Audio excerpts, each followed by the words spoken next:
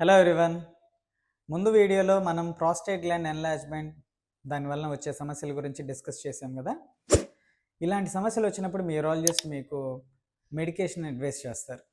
Majority of the పేషెంట్స్లో మందులతో చాలా వరకు రిలీఫ్ వస్తుంది. అయితే కొద్ది మందిలో మందులు వాడుతున్నా కూడా మళ్ళీ యూరిన్ స్లో డౌన్ అవ్వటం కానీ, సడన్గా యూరిన్ బ్లాక్ అవ్వటం, యూరిన్లో బ్లడ్ చూడటం, లేదంటే రిపీటెడ్గా యూరిన్ ఇన్ఫెక్షన్లు రావటం, ఇలాంటి సమస్యలతో బాధపడుతూ ఉంటారు.